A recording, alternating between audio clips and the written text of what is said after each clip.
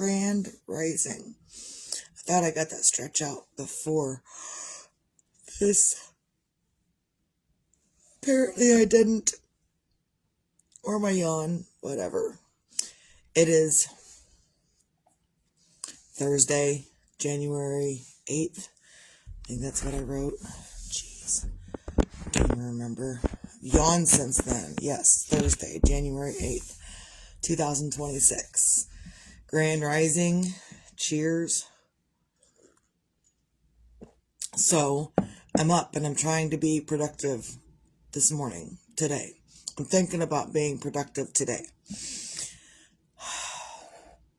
I did not yesterday. Yesterday morning, I had said something on my video about taking a nap, and then I thought, no, I'm not going to.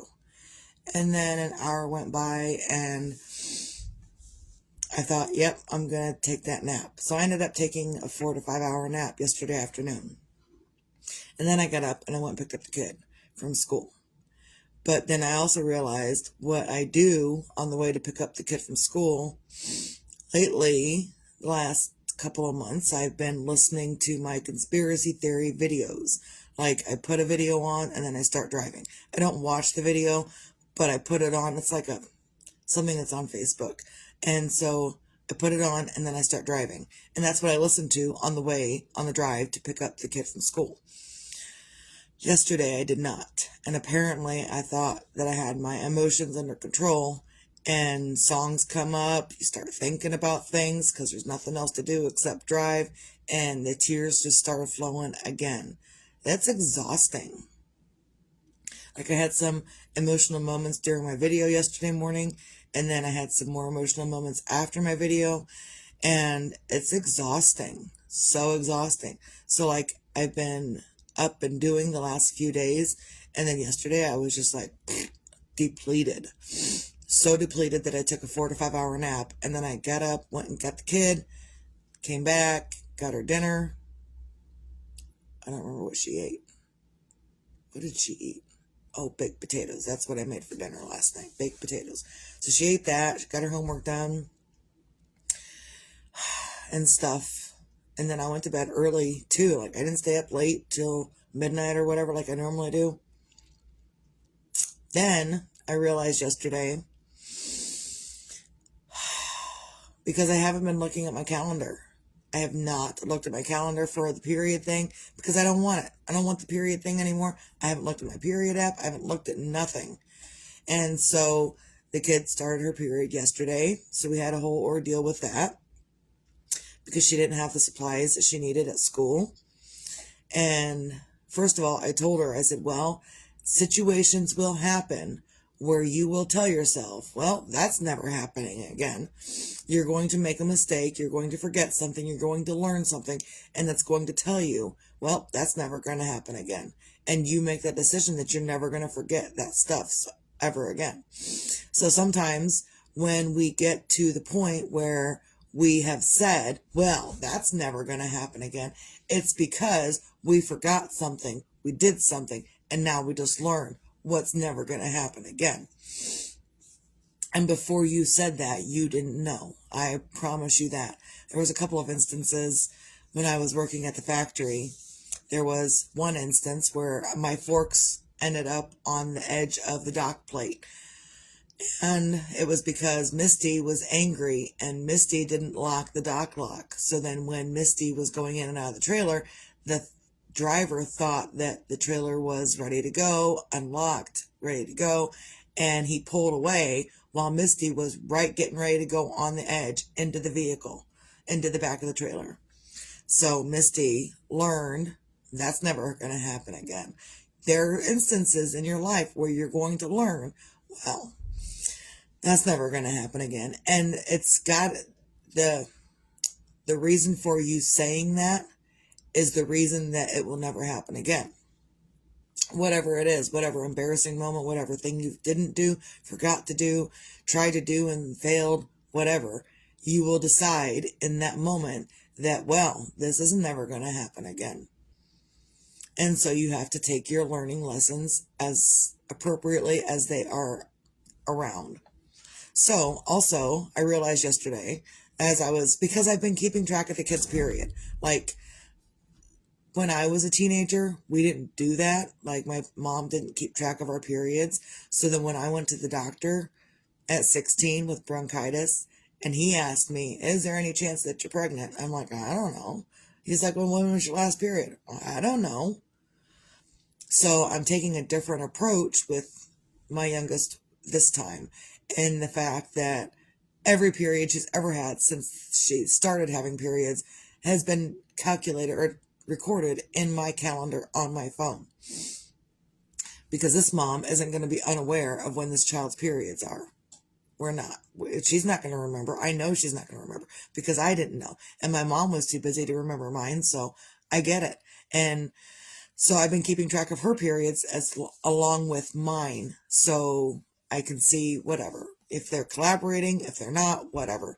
Either way, so I go to record her period in my calendar yesterday, and I realized that I should have already started my period at the end of last month, which means cougar puberty. Most people call it menopause. I've been hearing the word cougar puberty thrown around a couple times. So we're going to go with cougar puberty. And I haven't had a period yet this month. I'm not expecting it. And whatever. It's been more than a week. It's like a week and a half. There's no chance I'm pregnant. If there was a chance I was pregnant, I would have had that before now. But I really think it's cougar puberty. So that's great. And not so great, because yesterday also I was like, everyone's irritating me. Get the hell out and away from me. Like, I was frustrated. I was irritated. I was full on irritated. I don't know if I was irritated because of my emotions from earlier in the day and grief, or irritated because of just my body feels weird and get away from me. Don't touch me. Don't come near me. Don't. People are ick. And that's how I was feeling yesterday, was people were ick. I didn't want anyone my husband kept coming up and giving me a kiss on my neck, and I really wanted to just scream at him and say, that's ick. Like, get away from me. Normally it doesn't happen that way. But right now, yesterday, it was like, oh, why are you touching me? I just can't have you touching me. And he understands that it's not him. It's how I'm feeling in my moment. And that's what you have to base your life on, is how you're feeling in your moment. Others are going to want to hug you and touch you and interact with you. And if you're not okay with them hugging you and touching you and interacting with you, you have to speak up and say, no. Like, really, the kid was sitting here doing her homework. The husband woke up to get ready to go to work. She had like 2 questions left on her homework, and they were out here and they were jibber jabbering, and he was talking about something and she was talking about stuff, and I was like, I can't handle either one of you. How about you take your last 2 questions to the other room with your dad? Because I can't handle it right now. My nerves are shot. I'm frustrated. I'm irritated. And I'm mostly irritated right now because apparently this cougar puberty is making me break out all over the place. I mean, like, this stuff was here, but I've got stuff and my face hurts. And normally people don't talk about this stuff, but my face hurts. And even when I know I shouldn't be touching it, but even when I use creams, a Neosporin cream or whatever, to heal the stuff up, it's not healing in the way that it normally heals. So I'm dealing with that. I feel like a freaking teenager again with all these all over my face, and my face freaking hurts. But I'm not on the period, so I guess whatever. So I'm up and I'm trying to get motivated for myself today. I did finish this last night. It's not finished, but I got his tail attached last night. So that's where this one is at. He's coming together. I've got the wings to make and the back spines to make. And then he will be done. And then I had attempted, I've got my needle hanging. I had attempted to start, maybe I did start sewing this one on. I did start sewing it on, but I didn't finish it. So that will be that. But then this one, when I am finished with him, will look like that. And it's like a light purple. It's not white, but against the black, it really looks white. Maybe I should have used a darker purple. Oh well. We're already too far into the project. We're not changing up the color of purple. It's not in this head. I won't put the needle in there. I feel like Jeffrey Dahmer, man. I feel like Jeffrey Dahmer when I've got all these pieces all over the place, and then I take my needle. It's like a voodoo doll, and I just stick it in my project. I'm like, ooh, maybe I shouldn't do that. And it's kind of like a voodoo doll. I don't want to treat my people like a voodoo doll with the thing I'm making for them. Maybe I should make some voodoo dolls and sell them. That's a good idea. You write that down. Because sometimes when you have a good idea, you need to write it down.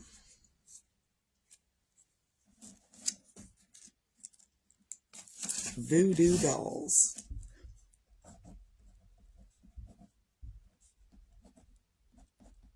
For people that are into that, right? Yeah. And you can make the voodoo doll yourself. You you can make it you. Like if I make a voodoo doll, you can put your energy into it for you. You can give your voodoo doll a back rub. You can give your voodoo doll some money. You can give your voodoo doll some vacation time. You can give your voodoo doll whatever you want. It doesn't have to be a negative thing. A lot of people think, ooh, they got a voodoo doll of me. What are they going to do to me? I'm going to put some money in the pockets. I'm going to give you a back rub your feet out, and give you vacation time. That's what I'm going to do with your voodoo doll. Or my voodoo doll. So, you can make it whatever you want. It does not have to be a purely negative thing. So, find your own things on a Thursday to feel grateful for. Today, I'm grateful that the husband is extremely understanding in the things that I'm going through. And I'm grateful for coffee. I'm grateful that the husband was here this morning to get the kid up and around for school, and then I didn't have to. And he will sit in the living room and he'll talk to her and do things and stuff. But when her and I talk together like that in the morning, we end up arguing. And since I don't want to argue, I go in and I wake her up and I walk away. And then I go in and make sure she's awake, and then I walk away. I don't just sit in the living room with her bugging the shit out of her. Because it used to happen to me and I hated it. So I don't do it to her. But he's got a different relationship with her, so he can, and he doesn't get uppity with her like I do. So I'm grateful that he was here to help get her around for school this morning, because I'm still frustrated from yesterday. And I don't even know what frustrated me. I have no clue what frustrated me. I just knew that it was feeling weird in my body and I was all frustrated and stuff. It could be menopause. It could be anything. Hormonal changes. Hair is driving me crazy. So, find your own things to feel grateful for. And if you can't find anything to feel grateful for, if you're not grateful that your feet can,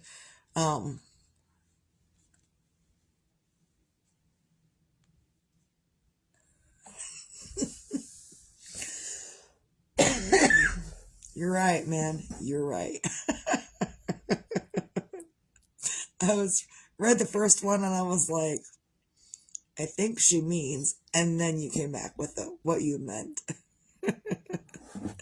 Cheers. It's forever gonna be Japan Valdez. You say things to your friends and whatnot, and you have little quirks with your people.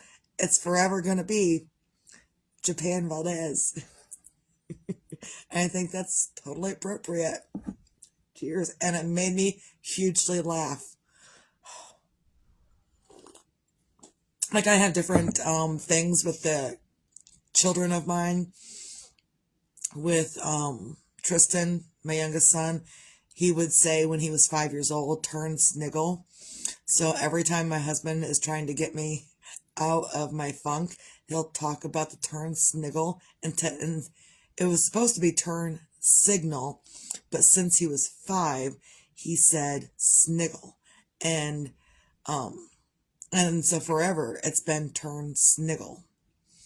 And there's been a couple of other things with a couple of the other children, and I can't remember all of it right off the top of my head, but it's forever going to be Japan Valdez. I don't even care. because it's funny, and that's what we need in life today, especially today. I don't know why especially today, but especially today. So, Japan Valdez, saver of lives. And it's so contradictory. Like, it's so contradictory. It's so much fun. Thank you, because I really needed that. Your early flub up is what I needed this morning. So even if you make a mistake, it's okay. It might bring someone else some joy. You don't know. Oh, yeah. There was one that, oh, Jeremiah. Because I've been thinking a lot about, we lost Jeremiah. Jeremiah is no longer here. But there was, he used to go to speech therapy when he was little. And he came home one day, and I have to tell the story now because we're talking about this. But he came home one day, and he asked me for a compound wood. And again, he was in speech therapy. He didn't know his R's very well. And so he kept saying he needed a compound wood. And I said, really? I said, I don't deal with wood, kid. You're going to have to ask your dad. He's the one that deals with wood. And so he was like confused. And I didn't know why he was confused. And then about 15 minutes later, I go back to him and I said, did you mean compound word? He says, that's what I've been saying, Mom. So I told his speech therapist this.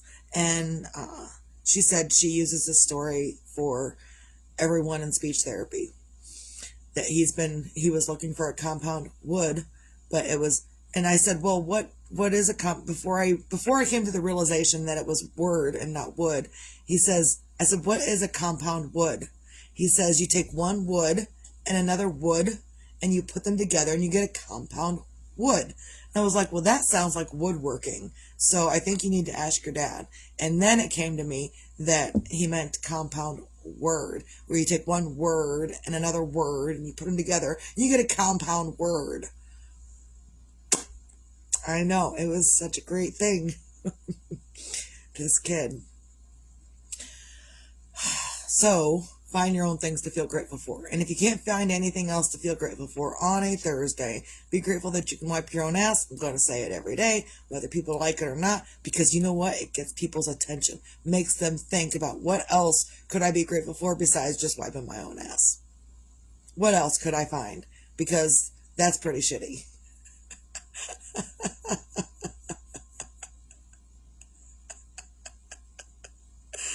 That's probably the hardest I've laughed in a couple of months. So, and I'm making myself laugh. I mean, you're making me laugh, Candy, but I'm making myself laugh too. So, also, be your own magic, find your own magic. Grand Rising Chris.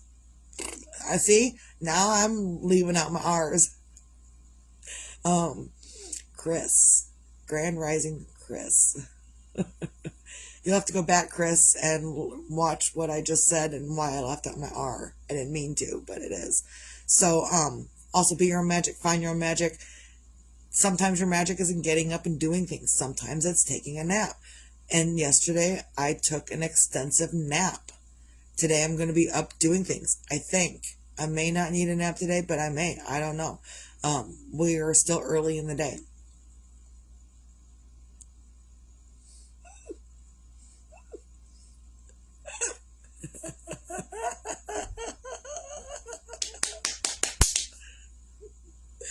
I can't move on past that.